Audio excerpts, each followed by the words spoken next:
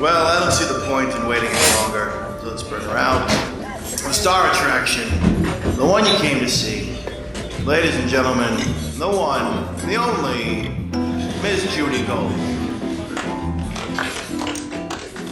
How do you get your first set at Yuck Yucks? How do you, because, you know, we used to, oh, I don't know if a lot of the people, I explained this to my son the other day, you know, when I started, and before, there, you know, if you wanted to work in the city at the Improv or the comic strip, you had to get up really early in the morning and stand online and pick a number. Wow. And then you'd go on that night if you were one of the early ones. And that's how, it wasn't like bringer shows and anything like that. Like it was really, did you get a number? What number are you? And that was it. So how did you get your first set? Yeah, so it seemed to work that way at the Yucks in Toronto when I was still in Ontario, still in high school, because there was this voicemail system where you had to phone in the morning. Right. But the thing was, they wouldn't tell you the list until like sort of late afternoon. By that point, it was too late for me to try to get there. But in Vancouver, there was a much, much smaller scene at the time. We have a much bigger scene now. And it was actually really easy. It was just like showing up, you know, and saying I wanted to go up. And I think I got there maybe a couple hours before the show.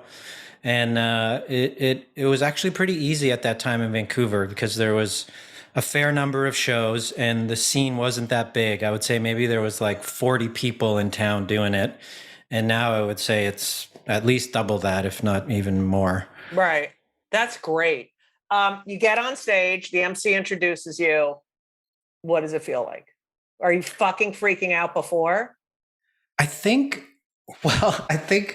I was initially disappointed because the audience was so small. Right. You know, it's like open mic, like amateur Wednesday or Tuesday or something.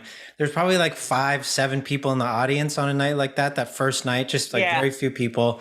So it sort of felt disappointing that it wasn't, you know, the crowd wasn't even as big as what I got in my high school classes, you know? Right. So that definitely made it feel not as exciting as I think I thought it would be. And to not get the laughs, you know, because me being an inexperienced idiot, just assume like, oh, this is all gold. Like this is just wall to wall laughs, and getting very little in return was really humbling.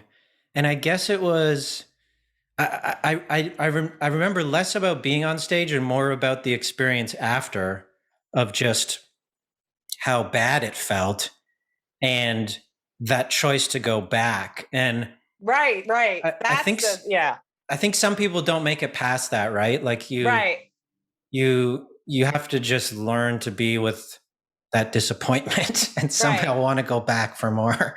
It's just funny because usually the usual story is I killed the first time and then the second time fucking sucked. And it's like cocaine, you know, like the first time you're like, oh my God. And then nothing ever compares, you know? So that is interesting that you went back, but that's how, you know, you were, I don't know, you're a comic. You're a comic first. Do you think you're a comic first and foremost? Yeah, I think so. I mean, I've definitely worked in film. That's been my primary thing, just income wise. And, you know, that's part of why I probably have taken so long to make an album, just because I wasn't chasing it as deliberately as someone for whom stand-up was the primary thing. But it's definitely where I feel most like myself now on stage when it's going well. Right. And definitely is something that I think as I've gotten older, I've known that I'm a comic because I'll go back to it in the darkest moments. Like my first breakup, my second breakup. Right. When my mom died a few years ago, you know, that was a moment where I was like, oh man, am I going to be able to be funny again? And I think I was probably on stage like a month after it happened. And it was fine. I could be that version of myself on stage. Right. And And so, yeah, I think that's how I've come to know that I'm a comic. No, you know, doing research about you. I mean, I think also the fact that real stand-ups speak truth to power. And that's really kind of what you're all about. When you were 20, Zach Galifianakis hired you to work as an editor and segment director on Look Who Isn't. Look Who It Isn't. Look Who It Is. Oh my God, my handwriting. Or wait, really... maybe Look Who It Isn't. I think that's what it's called. How did he find you? Did he see you doing stand-up? So Zach is, I haven't communicated with Zach in many years, but definitely was a huge influence early on for me. He was up in Vancouver and he was acting on a Fox show called, I can't even remember what it was called, but it was a spinoff from Buffy. Right. Where the brunette woman from Buffy got her own show about how if she could touch a dead body, she could see how they died and then solve the mystery. and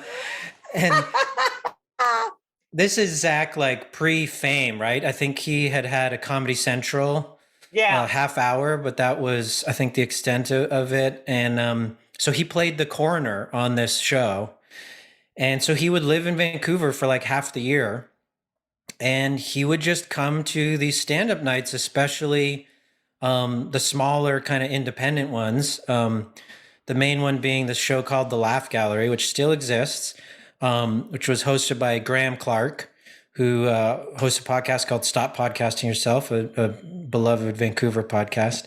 And Zach would just come to this show and just, you know, hang out. He would headline almost every week. He would play the piano. There was a piano in this bar. Yeah. And every comedian looked up to him as like a hero because he was on TV. He was right. But he was just so generous. Yeah. And just a lovely human he's being. A good guy. He's a good guy. Really good guy. And he just, so I was in film school at the time, and I would make these videos with other comedians, just kind of weird sketch things, and show them at this show. And Zach was just interested in it. He would like, you know, talk to me about the videos and, you know, say that he liked them, which like meant the world to me. And then he had this idea that he was going to edit together his own straight to DVD special of, it was sort of an anti-comedy thing where it was meant to be, he had a talk show on VH1 that got canceled. Right. And then it wasn't like clips that were good. It was like clips of him just falling apart on stage. But he was like, I want to open this special with me in a bingo hall, just playing bingo with old people being depressed. And he was like, do you think you could make that happen? And I was like, oh, okay. And like, so this was my first time ever to like I didn't direct that special, but that opening segment, he let me, you know, film it, direct it. That's awesome. Produce it. And he paid me some money and in US dollars, I remember, which was so cool to me. So I don't even know if he knows how significant that was for me. But it definitely, was a big deal. That's awesome. Okay. So you produced a short documentary after the Typhoon Haiyan. Yep. That hit the island that your mother was born and raised on. You know, there's a Canadian family. You talk a lot about like this horrible, how you know, the storytelling part of this. And I heard you say, or read that you said, storytelling in the Philippines, that the people in the Philippines are maybe Filipino people, think of a story with the same respect you think of a dead person, a person who has lived, you know, that they revere storytelling. I found that to be so fascinating because here in America, we have the weirdest relationship with the truth. You know what I mean? Yeah, like it's just people just make up fucking stories and people are like, yeah, who do that? You know, and then we fucking storm the Capitol and we're all, yeah, well, he said the fucking vaccine, you know. when did you learn that about that culture, that storytelling is so important and revered by the people of the Philippines? So I took I mean, your research is incredible. I won't keep sidetracking this conversation by bringing that up, but no, I love it. Yeah.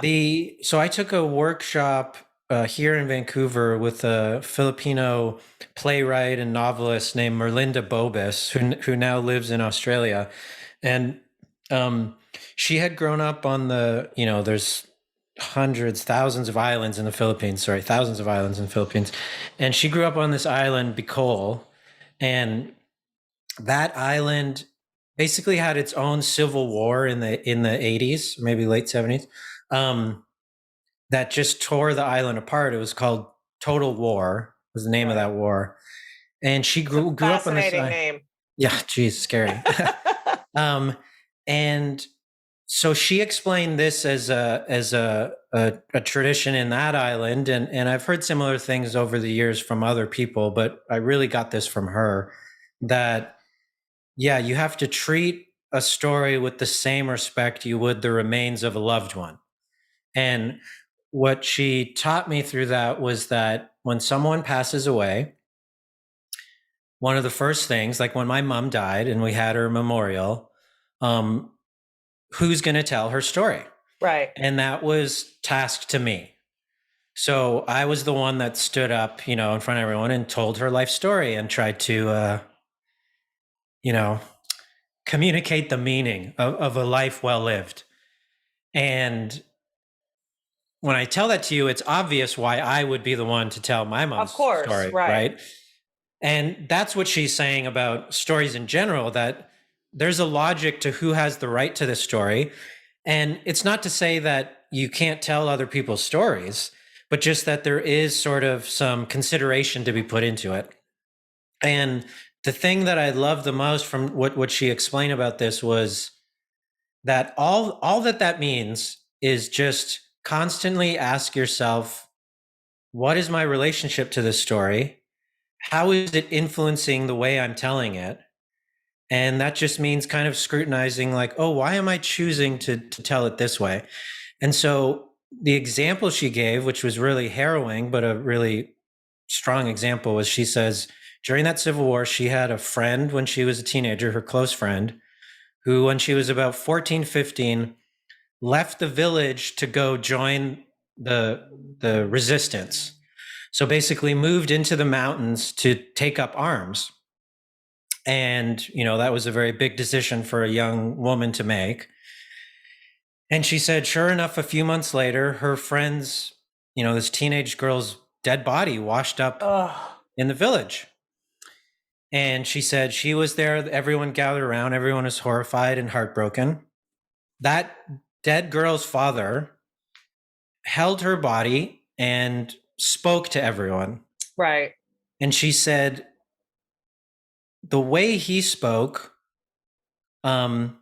instilled courage in us. And what he spoke of was the courage and fearlessness with which his daughter died. Right. And how proud of her that he was. And he didn't cry. And what she points out is she says, he didn't know that. For all he didn't know how she died. Right. For all he knows, she died in terror. Right. But he, as her father, in this moment, knows what this community needs. Right.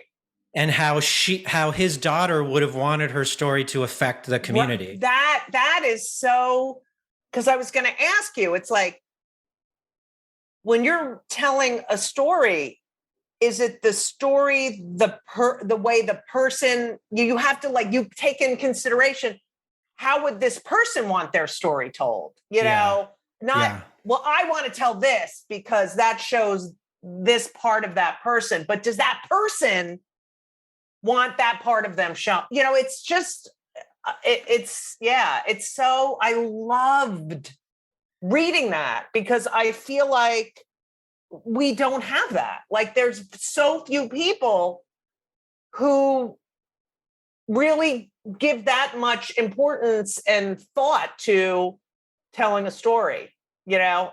And I get in fights with my partner all the time, Elisa, because I'll be telling a story and she starts asking, like, I'm on this. It's like, one of our biggest fights is that I will start telling a story and I have it all set, you know, boom, boom, boom, boom. And she starts interrupting and asking questions that have nothing to do with the trajectory of my story. And this is our biggest fucking fight in our relationship, where I'll be like, you know, Ben, my son, or one of my kids, was riding his bike and he came upon this car accident, whatever. And she'll be like, what bike? Wait. He has a bike? Like, and I'm just like, I fucking hate you so much. You know what I mean? So,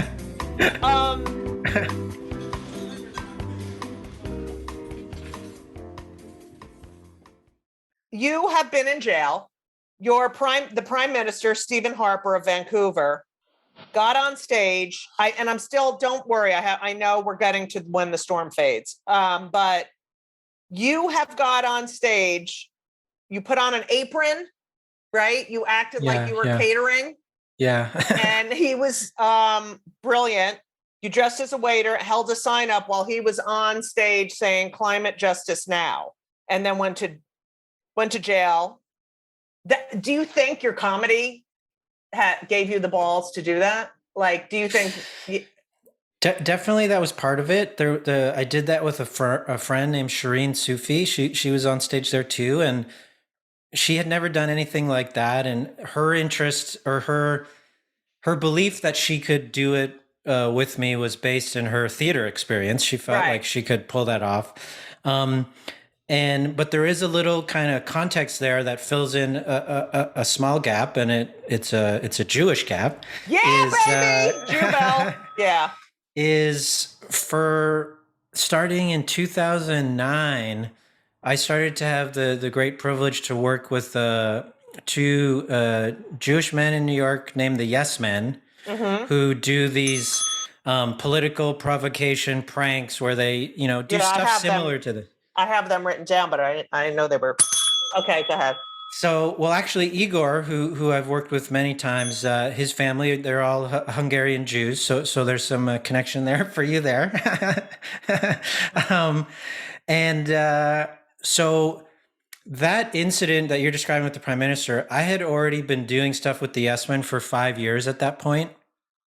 And definitely the things I learned from them, experiences that I had working with them and for them, helped give me the confidence that I could go in and do that.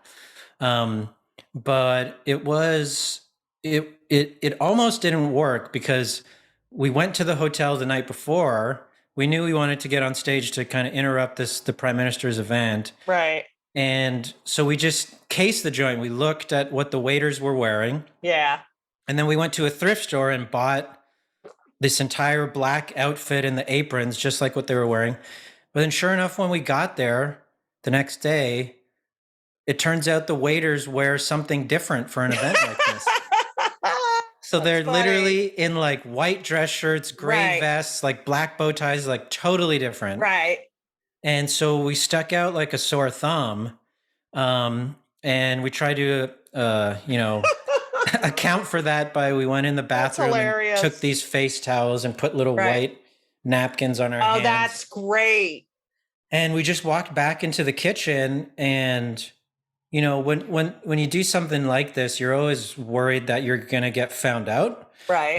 But one of the things I learned from the Yes Men is just that in a place like that, where there's a lot of power and wealth, the ego kind of prevents them from even thinking that someone would trick them. Like, right. They almost don't think they can be tricked, or that anyone would dare to do that.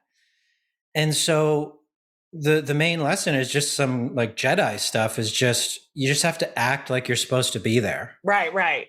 And it's also about the path of least resistance, which is a lot of improv, is just whatever gets said to you, don't push back, just say yes and try to keep steering it towards what you actually want to do. And so, yeah, we were stopped in the kitchen, and, in my head, I'm thinking, oh, they busted us. And they said, oh, we're doing a huddle with all the staff, so you need to get in here. And so they huddle us up with like 30 other hotel staff. And if we didn't stick out before, oh my God, that's fucking hilarious. Yeah. And they get to us and they're just looking at us, and the manager says, where did you two come from? And I'm not going to say the name here, but I used to work for like a staffing kind of catering company. Right. So I just pulled that out of my butt and said, oh, we were sent by this company.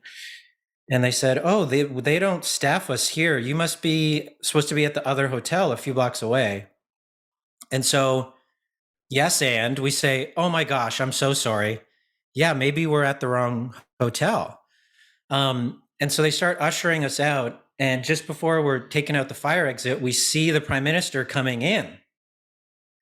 And so we're like, oh, this is the moment. And so just make up this lie. Oh, my jacket. Our jackets are inside. That's a really expensive jacket. Right. So they let us go back in to find our jackets, and then we just walked on stage, and they were probably like, fuck. Yeah. And then you went to jail, right? Yeah. Well, actually, that time you didn't go to jail. You just got kicked out. They just drove me around in the paddy wagon, which actually I've only recently learned is a racist term against Irish people. Oh, there you go. So they're driving me around, and then they drop me off at a bus station. But I've been arrested seven times, maybe 8 times. What is it like? What happens? Sometimes they're rough. Sometimes they're rough. I did this twice with the prime minister. Actually, I did it again a year later, and they were pretty rough because, those guys are not supposed to let this happen. So it's real embarrassing for them. It's about them, yeah. Yeah, and so they put me in handcuffs. Sometimes you get taken to jail. The thing is, I've never been charged, and certainly my experience of police is not everyone's, of course. Right, of course. And that's part of why I do it, because I know I have a certain privilege in how I'll be treated. But when they first arrest you, they say often, at least in Canada, that you've been arrested for assault by trespass, which basically just means you were somewhere you weren't supposed to be. Right. But they know that charge won't hold up. And so they never end up charging you. Right. But all they want in the news is to be able to say, this protester did something, they're in handcuffs. Right. Assault by trespass. They want to intimidate people out of copying these things and wanting to do the same. So, sometimes it's been rough. Sometimes I had injuries I had to kind of rehab from, but I've always been proud of these experiences. And actually, to go back to my mom, you might not be able to find this on the internet, but in the 70s, as you said, she's at the University of Alberta as an immigrant with a student visa. And the South African cricket team comes to Edmonton to play cricket. And she was like pretty heavily involved in the anti-apartheid movement to liberate South Africa. And she was just disgusted that there was going to be this cricket game. And so she, with some of her friends, ran out onto the cricket field in the middle of the match. I love that. And just started like digging holes in it with shovels. And she was dragged off the cricket pitch, and she was in a newspaper in Edmonton for that. I've never seen the article or anything. But so definitely some of what I've done has, been inherited from her. Yeah. Because she did that, she was risking her immigration status, so good for her. I'm risking far less. So I feel, love her. Yeah, thank you. I love her. We're dedicating these episodes to her. Thank you. The film, When the Storm Fades, I mean, it's so was it so emotional for you to go and tell this story and deal with the emotions after this typhoon? I mean, like, that's a giant project. Yeah, I think there's some years of experience leading up that kind of prepare me for that. So I had been working in climate change activism, like professionally as a communications person and an organizer since 2008. So when that storm happened, 2013, that was 5 years later. So I had already just been, thinking about climate change every day, which is very depressing, but oh, you're not kidding. You develop a certain thick skin to it. And then in 2011, my family, my mom's sister, one of my cousins over there in the Philippines on a different island, 2011, different storm called Typhoon Sendong. My cousin Sheila lost her home. And literally because of climate change, the land that her home existed on was designated uninhabitable, which means that, she was a working class woman. So, her family saved up for a long time to get this property, build this house. And then it's just gone. And there's literally not even insurance because this is part of the crisis of climate change, especially in countries like that, is this, we're not ready to help people who are going through this. Well, to get flood insurance here, it's crazy. Yeah. So I had been through that. I had, at a distance, but I had, been through the emotional experience of that, had been back to that island, had even shot a short documentary scene with my cousin a few years before. Oh, yes, I saw that. Yes. And then right after the typhoon had hit. Yeah. Yeah. And then did another short documentary on the other island. But maybe there's something similar with this for you with the, a Jewish lineage, but for my mom, a lot of going back there when we would go back as she got older was increasingly just about trauma. So a year before that, the storm happened in 2013 on the island my mom was born, we had gone back there because when her mom died when she was a kid, she was put in this family cemetery plot. And then decades later, they learned that my mom's uncle, who was a gambling addict, had literally lost the family burial plot to gambling. Had gambled with our, grandmother's bones. So that plot had to get dug up, and my grandmother's bones were moved into a mass grave. Oh my God. And my mom only learned about this like a decade later. Right. And she had never been back to sort of make peace with it. So the year before the storm happened, I was on this island, and this is what we were doing. We were at the cemetery, and it was just hugely, sad and grief and, all this stuff. So when the storm happened and I went back to film with people, it just felt like in some ways that had become a central part of my relationship with that place, was that it often was about death and, tragedy. I guess what I'm trying to say is it didn't feel overwhelming. I felt emotionally strong enough to dive into this. And now with Canada and the mass graves, what the fuck? What the fuck? We're bad enough here, but yeah. To your credit, this is something I bring up with Canadians. So your founding myth in the States, in my opinion, is the Revolutionary War, right? Like you fought off the British, you created your own country, rah, rah, we're great. In Canada, we don't have that. Right. Like we think that we had this period where the French and the British and the native, First Nations coexisted. Right. And then we just negotiated our way out of it, but the Queen is still on our money. Like, we never dealt with any of the shit. Right. And so my take on it is that our foundational myth is about glossing over conflict. Right.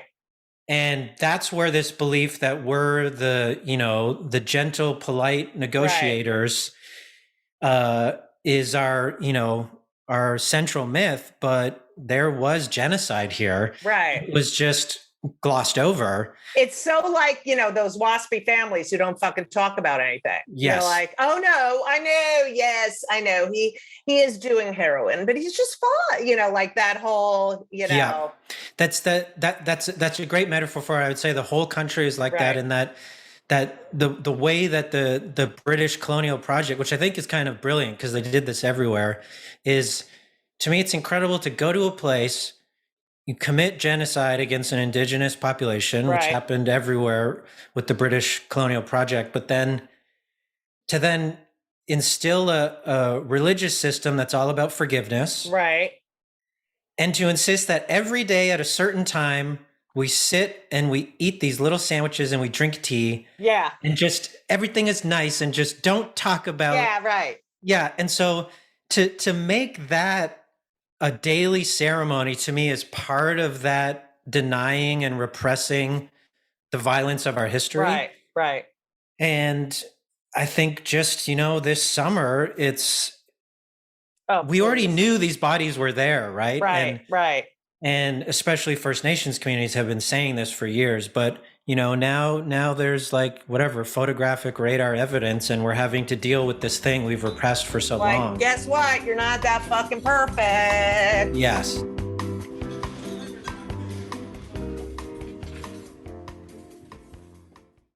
Let's get to your album. Is fucking hilarious. I know we've talked a lot about death and destruction, but it is part of your story. Yeah.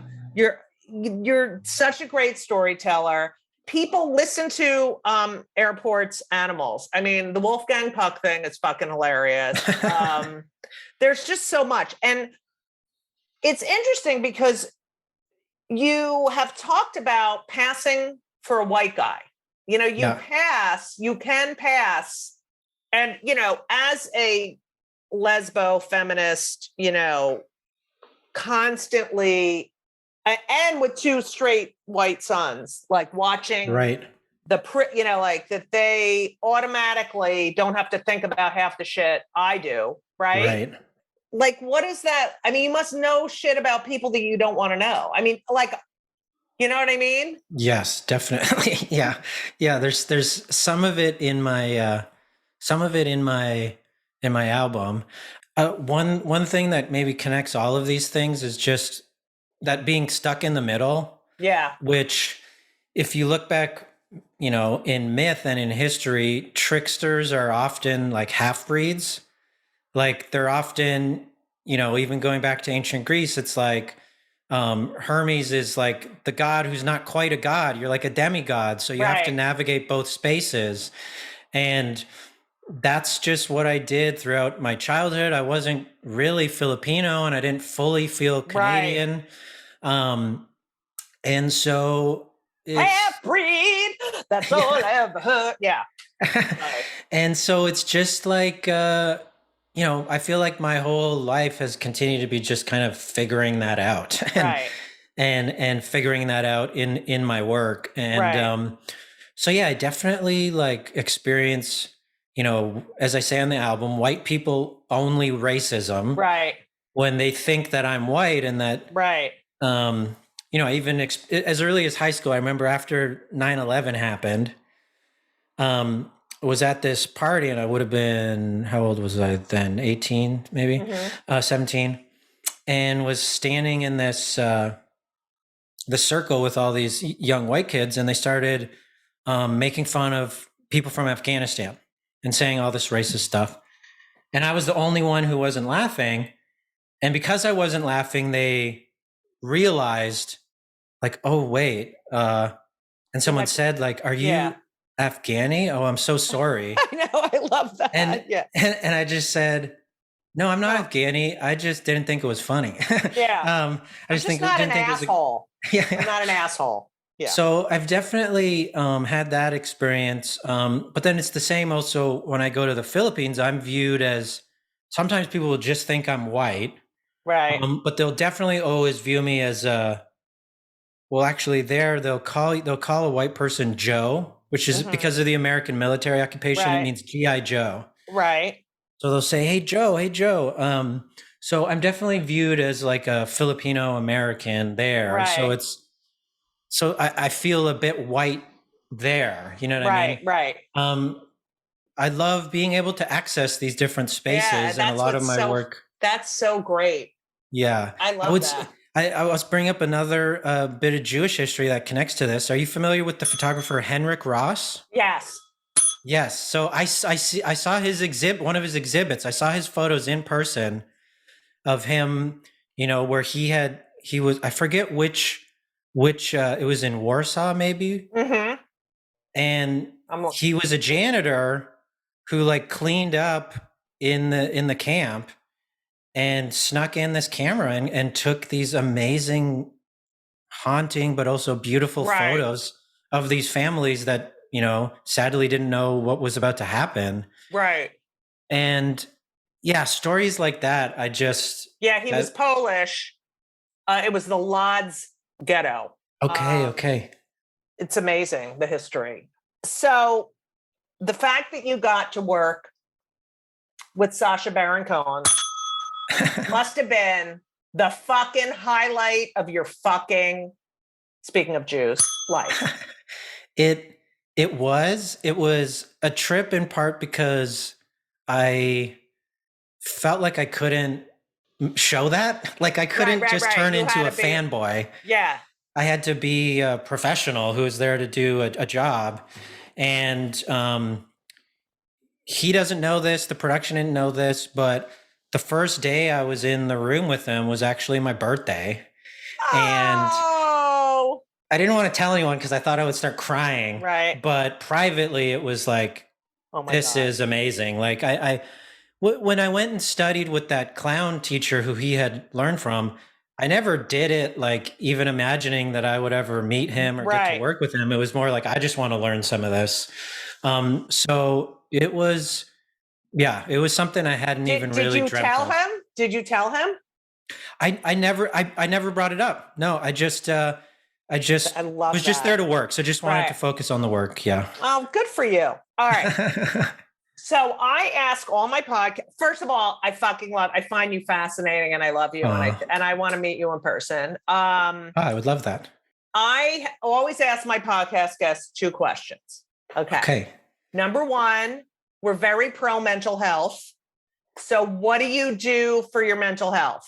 I'm on antidepressants. I meditate. I exercise 5 million times a day. I overeat, but what do you do to keep mentally healthy?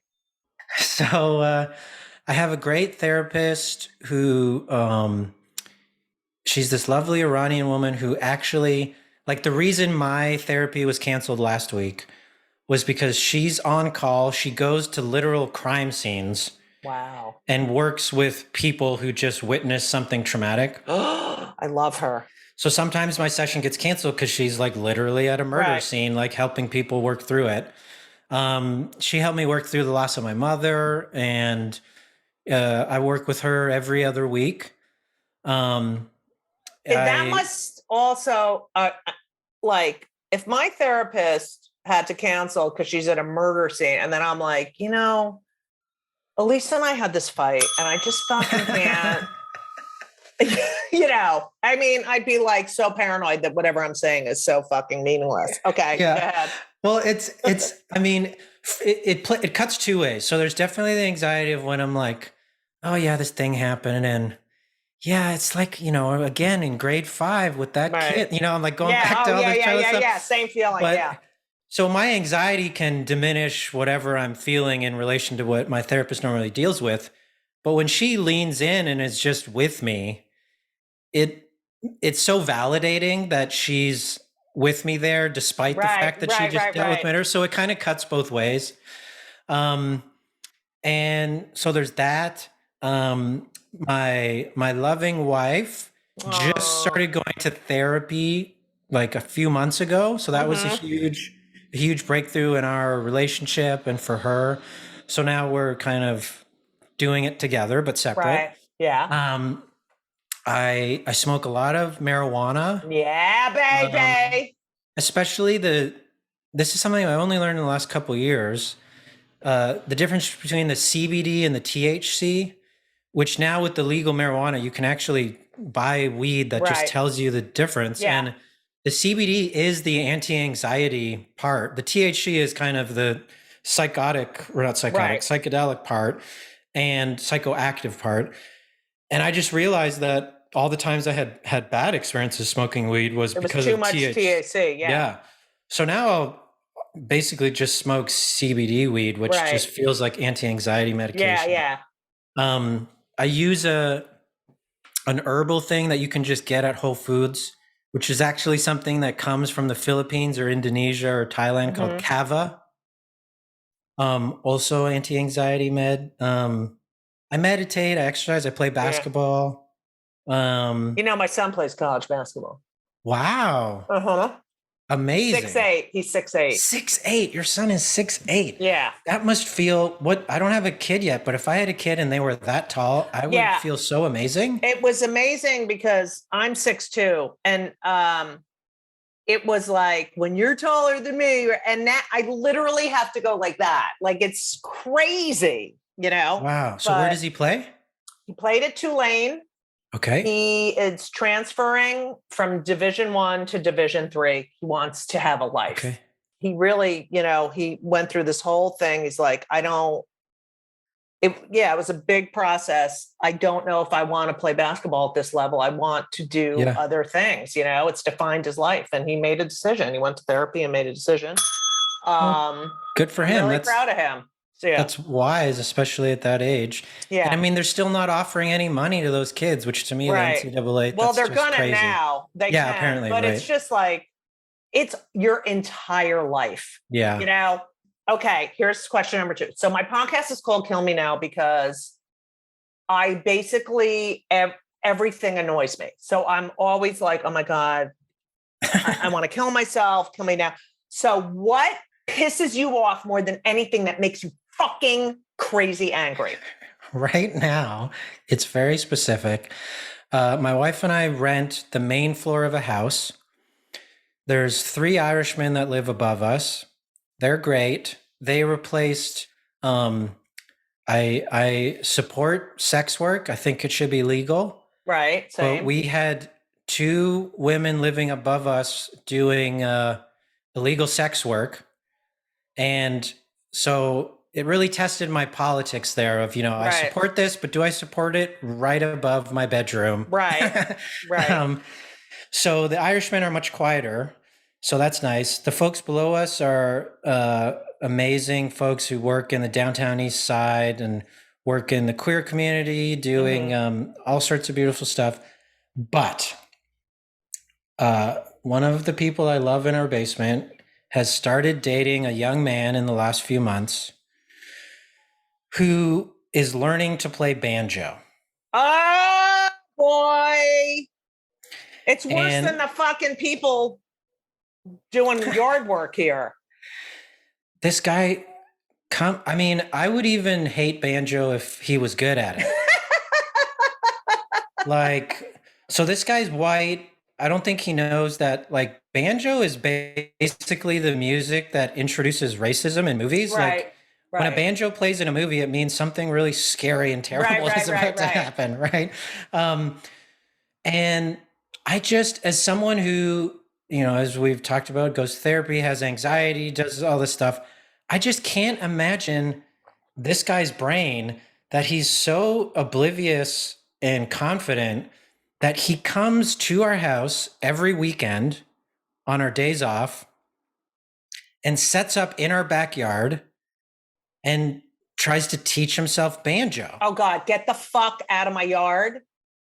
And what? I just don't understand his confidence to not assume that entitled. Yeah.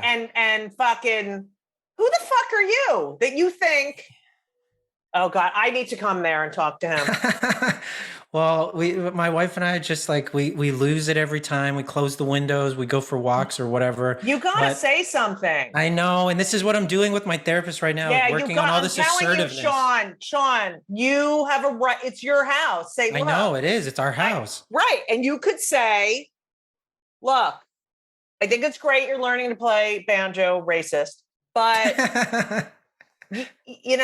why do you think it's okay for you to do it outside where everyone can hear in a common area? Why do you think, or go get a fucking trumpet or a clarinet or something and go out there and you gotta, Sean, you need me there. Yeah, we do. He also does covers. He's doing Weezer covers and like Bob Dylan covers. And then the other day he showed up, and this is how oblivious he is. He went up to my wife and he had this tiny case and he's like, "Oh, I got a new toy." And my wife is just, bottling her rage. And he opens it up and it's this thing I didn't even know existed. I didn't know I could hate something more than this banjo, but it's called a banjolele. It's like a cross between a ukulele and a band. Yeah. So it's like a smaller, more high-pitched, annoying. So much. I fucking hate him. So, all right, next time this happens, you have to FaceTime me. Or we can do a thing where I like Cyrano de Bergerac, where I'm like, go out there right now. Yeah, say, "Hi. Why do you think this is okay?" I'll just teach. You're living out that. This is all the dream things I wish I could say. Well, this is the Gaelic brain. We're going back to the Gaelic brain. I've been thinking all these things, and then I smile and I say the opposite. No, you don't need that. I need to come over there. I'm going to come visit. Okay, I would love that. I hate him. Sean, this was thank you so much. Thank you. This was incredible. I love your story. God rest your mother's soul. Thank you. Did a very good job. You have to have a kid because you need to share this.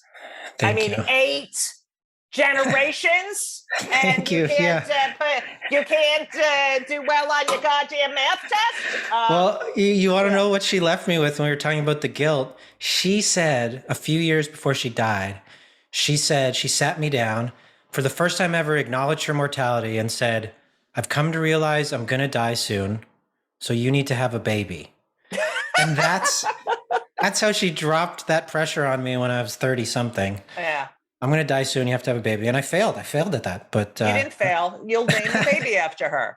I will. Yeah. That's the plan. You're very intuitive. Thank you. Sean, good luck with the album. I hope we get to work together. You're a fucking delight. I would love that. Thank you so much for listening to part 2 of Kill Me Now with the amazing Sean Devlin. Kill Me Now is produced by Laura Vogel, edited by Colin Schmaling.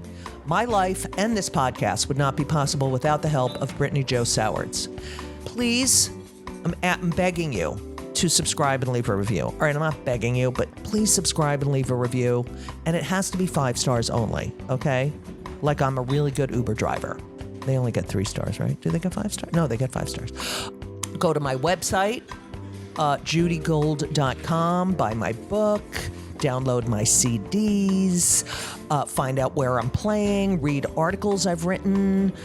Just spend time with me there so you can really get the full effect of being with Judy Gold, which Elisa would say is not that much fun. Anyway, so that's that. I am performing upcoming dates in New York City, September 17th.